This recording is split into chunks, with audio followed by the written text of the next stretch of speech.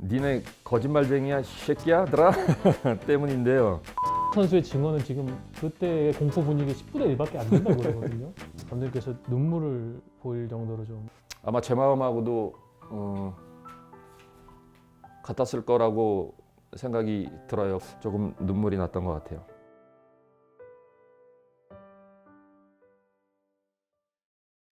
네, 이번에는 감독님을 누구보다 잘 안다고 할 수 있는 가까이에 있는 사람들이 기억하는 특별한 감독님의 표정과 기억에 대해서 한번 얘기를 해보겠는데요. 카타르, 인천, 강릉, 전주, 부산에 있는 감독님의 지인들에게 연락을 해가지고 저희가 그래서 감독님한테 미리 알려드리질 않고 저희가 직접 받아왔는데 이거 감독님이 한번 직접 카타르 도하에 있는 구자철 선수입니다.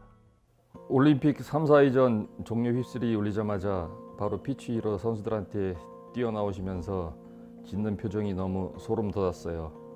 한일 월드컵 4강 확정 후 양팔을 벌리고 뛰어나가실 때 그 표정이랑 너무 흡사했어요. 그리고 당시 메달 시상식 때 감독님은 스텝과 함께 밖에서 지켜보시며 개인 모바일 폰으로 저희를 찍고 계시다 화면에 잡히시니까 깜짝 놀라시며 웃던 모습도 기억납니다. 그때 저도 기억나는 게 중계 화면상으로 보였거든요. 감독님께서 이렇게 스마트폰으로 찍고 계시다가 찍고 있는 게 이제 화면상으로 나갔다 인지하시고 깜짝 놀라시면서 웃으시면서 내리셨던 게 기억나는데 진짜 아빠 미소 같았어요. 그랬어요? 뭐 몇 년 전부터 그렇게 꿈꾸던 첫 번째 시상대는 아니었지만 그래도 시상대에 오를 때였고 이제는 진짜 마지막이구나 라는 생각으로 제가 그 제 폰에 담고 싶었어요. 얼굴에 찍고 있는 게 나와가지고 저도 깜짝 놀랐어요. 그 영상 계속 간직하고 계세요? 아, 예, 집에 있습니다. 예. 근데 구자철 선수가 그 감독님의 표정도 못 잊겠다고 하더라고요. 그 런던 올림픽 스위스전 때 끝나고 이제 수훈 선수 인터뷰를 하기 위해 갔는데 감독님이 정말 환하게 웃으면서 수고했다, 고생했다 라면서 안아주셨다는데 어떻게 본인한테만 기억날 수 있는 표정이지만 정말 감독이 잊으실 수 없는 표정이었던 것 같아요. 스위스전 저희가 첫 승을 했죠. 네. 첫 승으로 한 게임 남았는데 이제 8강에 진출할 수 있는 자격 요건은 갖춰놓은 거죠. 우리가 다음 경기에 어떻게 하냐에 따라서. 그러니까 경우의 수를 따지지 않아도 할 수 있는 그런 위치에 올랐기 때문에 아마 제가 그래서 수고했다라고 얘기했던 것 같아요. 자, 다음은 강원FC 한국영 선수가 보내온 또 사연입니다. 런던 올림픽이 내일 모레면 뉴캐슬에서 첫 경기인데 제가 부상으로 낙마하고 한국으로 돌아가야 했어요. 병원에서 검사를 다 받고 마지막으로 인사를 드려야 하니까 감독님 방에 갔어요. 그때 감독님께서는 긴 시간 얘기를 하시면서 선수 시절 경험, 감독으로서의 마음 다 털어놓으시는데 저를 안쓰럽게 보는 표정과 그 상황에 대해 속상한 표정을 지으며 약간 눈물이 고이신 게 보였어요. 그걸 보고 제가 펑펑 울었어요. 감독님이 진심으로 저를 걱정해 주셨는데 굉장한 위로가 됐고 꼭 다음에 감독님과 함께 축구를 하고 싶다고 생각했습니다. 나중에 국가대표에서 제외했을 때 더 기뻤던 이유고요. 감독님께서 눈물을 보일 정도로 좀 얘기를 해주셨어요. 뭐 제 입장이 아니라 선수의 입장에서 생각을 하면은 그동안 연령대별 선수들이 목표를 해오는 게 올림픽이 마지막이거든요. 그렇죠. 그 다음에 A 대표팀이. 근데 이제 마지막에 선수단을 이탈해야 되는 그 상황은 너무 저도 2000년도 시드니 올림픽 때 와일드카드로 가기 전에 조금 근육 부상이 있었는데 그렇게 심각하지 않다라고 생각을 했는데 결과적으로 마지막 최종 엔트리 전날 그 당시 이제 허정보 감독님과 얘기를 해서 이제 팀을 이탈을 하고 저는 이제 귀국을 했죠. 그때 뭐 제 마음은 선수단한테도 너무 미안했고 특히 우리 코칭 스텝한테도 너무 미안했었고 아마 그 마음이 똑같았을 거예요. 그러다 보니까 아마 제 마음하고도 같았을 거라고 생각이 들어요. 본인은 또 돌아가가지고 또 부상과 또 싸워야 되고 또 다시 재활해야 되고 그 시간들이 너무 힘들 거라는 생각에 제가 아마 조금 눈물이 났던 것 같아요. 한국영 선수는 다시 한번 감독님과 축구를 하고 싶다는 얘기를 하더라고요. 근데 강원하고 4년 계약을 했던. 이거는 아마 많은 분들이 궁금해할 인천 유나이티드의 오재석 선수가 보내온 사연인데요.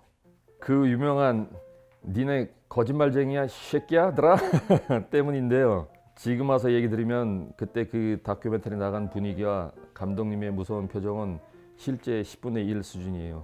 진짜 엄청난 아우라가 나왔어요. 코치님이 촬영팀에게 카메라를 좀 꺼야 되겠다라고 할 정도였습니다. 끝나고 숙소에 가서 식사를 하는데도 감독님이 표정을 풀지 않으셨어요. 테이블에서 턱을 개고 식사도 안 하고 그 표정 그대로 유지하는데 저랑 선수들은 밥이 코로 넘어가는지 입으로 넘어가는지 모를 지경이었어요. 감독님이 그때보다 무서운 표정 지은 적이 있으신지 궁금해요. 이게 뭐 너무 유명한 니네 거짓말쟁이 새끼들아, 이거는 감독님의 어떤 다양한 모습을 보여준 대표적인 말이 됐는데, 저희가 영상으로 봐도 무서운데 오재석 선수의 증언은 지금 그때의 공포 분위기 10분의 1밖에 안 된다고 그러거든요. 제가 아마 우리 올림픽 선수들 있는 동안 화내는 거 이거 처음 같은데요. 처음이자 마지막. 예. 그때가 이제 사우디 원정 가서 예, 결과를 내지 못하고 예. 5만 원정을 5만 원정 준비했을 때 준비할 때 있죠. 제일 중요한. 일부러 선수들을 자극하기 위해서 좀 이런 분위기를 만드셨던 건가요? 아니 일부러 그런 건 아니었고요. 어느 순간에 과연 우리 선수들의 어떤 정신적인 부분을 잡아야 되는지에 대해서 타이밍을 조금 생각은 하고 있었어요. 아, 우리 선수들이 우리가 지금 잘 못하고 있구나, 열심히 안 하고 있구나, 그때 얘기하는 거하고, 그다음에 우리는 잘하고 있는데 저 갑자기 감독 왜 저러지? 라고 할 때는 그 받아들이는 게 똑같은 다르죠. 말을 하더라도 그 받아들이는 거는 선수들 입장에서는 굉장히 많이 차이가 나죠. 그때 이 상황은 굉장히 저희가 안 좋았어요. 부상 선수 계속 생기고 그 중동 지역이 1월달, 2월달에 바람이 많이 불거든요. 집중력이 떨어지는 거예요. 그러니까 집중력이 떨어지다 보니까 훈련도 잘 안 되고 또 거기에 부상 선수 나오고 이제 그렇게 해서 제가 이게 갑자기 이 선수들한테 얘기를 한 게 아니라 이제 그 전에 사전에 설명을 충분히 했죠. 우리가 이렇게 해서 잘 해야 된다라고 해서 서로 의견을 공유했고, 하지만 그 다음날 훈련에 나갔는데 또 같은 형태인 거예요. 그래서 제가 아마 이날 선수들한테 화를 냈던 거 같아요. 작심을 하시고 네. 이게 긍정적인 다음 결과로 이어졌고, 특히 오만전 그 선제골 넣는 과정이 너무 완벽한 작전이었었고, 네. 그 오재 선수가 감독님이 그때보다 무서운 표정 지은 적이 있으셨나요? 라고 궁금하다는데. 저는 아마 표정은 그렇게 많지는 않았을 거예요. 하지만 이때만큼 제가 선수들하고 몇 년 동안 지내면서 화를 낸 적은 없어요. 아마 제일 선수들이 무서워할 만한. 다음은 부산 아이파크 박종호 선수입니다. 런던 올림픽 후 귀국해서 많은 환영식이 있었는데 저는 독도는 우리 땅이라는 피켓을 들어 시상식은 물론 어떤 행사에도 참여할 수 없는 상황이었습니다. 공항 도착 후에도 다른 출구로 나가 혼자 화장실에서 옷을 갈아입고 부모님 차를 타고 빠져나와야 했고, 그 후에도 집에서만 있어야 했어요. 그러다가 정몽준 대한축구협회 명예회장님께서 저희 올림픽 대표팀 모든 임원 선수를 초대해 저녁 만찬을 하게 됐는데 원래는 그것도 참석할 수 없었어요. 하루 전날 저녁에 감독님 전화가 왔고 어떤 문제가 생겨도 내가 책임질 테니 내일 만찬에 꼭 오라고 하셨어요. 감독님의 떨리는 목소리에서 취기가 느껴졌는데 감독님 말을 듣고 처음 올림픽 관련 행사에 나갈 수 있었어요. 표정은 아니지만 머릿속에 감독님 얼굴이 그려졌어요. 홍 감독님은 늘 선수를 아끼고 위해 주셨고 저희도 거기에 대한 보답으로 희생하려 했어요. 저희 마음속엔 영원한 넘버원 감독님이 될 것 같습니다. 네, 이때 이제 IOC에서 윤리위원회에 이제 네. 박종호 선수 문제를 해부했기 때문에 대한체육회에서도 공식적인 행사에 네. 참석할 수 없게 했고 시상식에도 오르지를 못했었습니다. 약간 치기가 느껴졌다는데 약간 그때 네, 저도 뭐 끝나고 와가지고 뭐 맥주 한잔 하고. 네, 맥주 좋아하시죠. 네, 예. 저도 머릿속에 뭔가 이게 깔끔하지 않은 거예요. 좀 불합리하다고 느끼셨나요? 불합리라기보다는 어차피 뭐 그거는 이제 뭐 그 IOC 룰이나 어떤 정치적인 행위를 하면 안 된다라는 그 룰 안에서 했기 때문에 뭐 어쩔 수는 없지만은 일단 그래도 저와 같이 하고 정말 우리가 동메달 따는데 아주 큰 역할을 한 친구가 정말 좋아야 되는 자리를 한 번도 못 나왔거든요. 네. 그래서 그때 이제 정몽준 명예회장님께서 이제 임원, 선수, 스태프들 모두 가족들도, 가족들도 이제 만찬이 있으셨는데 제 머릿속에 조금 뭔가 이 깨끗하지 않았어요. 뭐가 빙빙 머릿속에 도는 건데 제가 맥주 이렇게 한두 잔 마셔보니까 그게 박종호였어요. 네. 남는 그 어차피 그거는 이제 대한축구협회 그 명예회장님께서 해주시는 만찬이기 때문에 이게 어떤 법적으로 뭐 그렇게 되지는 않을 거라는 생각에 제가 종호한테 전화를 걸어서 뭐 감독 권한으로서 전화해서 나오라고 얘기를 했어요. 협회나 관계자들이 안 된다고 뭐 하지만 그러지는 않았었고요. 어떤 뭐 사전에 좀 이렇게 얘기는 했는데 뭐 큰 문제가 있겠습니까라고 이제 얘기해서 그 부분에 있어서 선수 본인의 받는 부분 만약 그런 부분들이 감독한테 비춰진다고 하면 그런 것들이 저는 전혀 책임을 지는 데는 두려움은 없어요. 어떻게 보면 지금 생각하면 잘했다고 생각해요. 자, 마지막은 전북현대 홍정호 선수입니다. 2010년 광저우 아시안게임 3, 4위전 하프타임 때 감독님께서 정신 차리라고 하시면서 저한테 지으신 표정을 못 잊겠어요. 제 인생에서 가장 무서운 순간이었어요. 이대로 경기 끝나면 큰일 나겠다 싶을 정도로 그런데 요즘은 감독님이 너무 행복한 표정 많이 지으셔서 신기해요. 곧 저희하고 붙는데 그날은 그렇게 웃으시면 안 되는데. 그 광저우 아시안 게임 때도 사실은 그 올림픽 때문에 조금은 가려진 감이 있지만 엄청 명승부였었거든요. 네, 저희가 일 안 하고 그때 먼저 두 골을 허용하고 끌려가고 있었었죠. 4대 3으로 역전한 경기. 네. 홍정호 선수 왜 그렇게 혼내셨었어요? 그러니까요. 그 좋은 선수가 되기 위해서는 어떤 상황이든 꾸준함이 있어야 되거든요. 근데 이제 우리 선수들은 주위 환경에 너무 많은 영향을 받아요. 좀 더 좋은 상황이면은 기분 좋게 할 수 있지만은 좀 더 주위 환경이 어려운 상황이면은 그거를 극복하고 이기고 나가야 하는데 그 점이 굉장히 부족해져.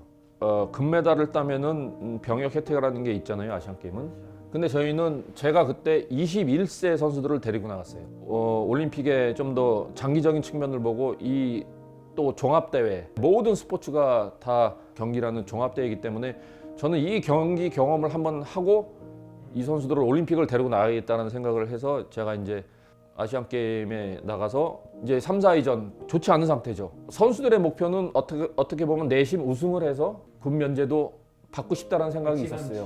예. 근데 하지만은 상황은 이제는 180도 완전히 달라진 상황이에요. 그렇다면 동기부여가 승리의 동기부여가 떨어지죠. 완전히 떨어지죠. 거기에서 이제 홍정호 선수의 제가 모습을 보고 홍정호 선수한테 얘기를 한 거죠. 그러니까 여기서 멈출 선수면은 제가 굳이 얘기하지 않아도 되겠지만은 앞으로 이런 수많은 어려운 상황을 더 많이 겪어야 되고 이거를 이겨내야 되는 아주 중추적인 역할을 해야 되는 선수가 그런 모습을 보이는 게 제 입장에서는 불만이었어요. 그 당시에 광저우 아시안 게임이 우리 선수들의 모든 그런 과정을 극복해주는 아주 중요한 역할을 했던 대회가 아닌가 생각합니다. 그리고 런던 올림픽 동메달을 만들어줬던 중요한 첫 씨앗을 뿌렸던 대회라고 하실 수가 있겠죠. 홍정호 선수가 요즘엔 감독님 너무 표정이 행복하신 것 같다고 울산 오신 뒤로 어떠세요? 이 K리그로 돌아오시고 나서 제자들과 적으로 상대하는 경우들이 상당히 많아졌는데 좋아요. 아마 선수들은 그런 마음이 들 수 있을 것 같아요.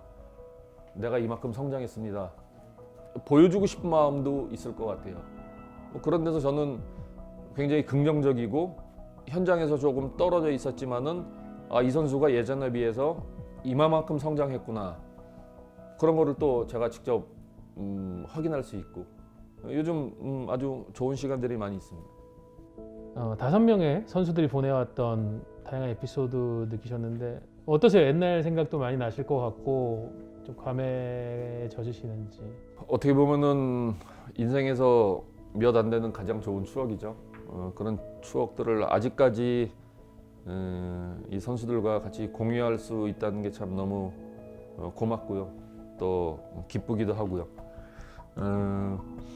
뭐 지금은 뭐 서로 다른 유니폼을 입고 뛰고 있지만은 또 언젠가는 또 다시 우리가 유니폼을 벗고 만나더라도 한국 축구를 위해서 뭔가 중요한 역할들을 해줄 수 있는 아주 훌륭한 선수 또는 축구인 또 인간으로서 잘 성장해 주기를 바라고요.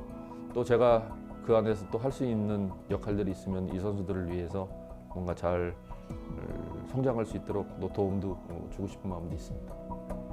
앞으로도 감독님이 이 울산에서 계신 동안 좋은 모습들, 행복한 모습들 많이 보여주셨으면 좋겠다는 바람으로 오늘 인터뷰 마치겠습니다. 이 시간 내주셔서 감사합니다.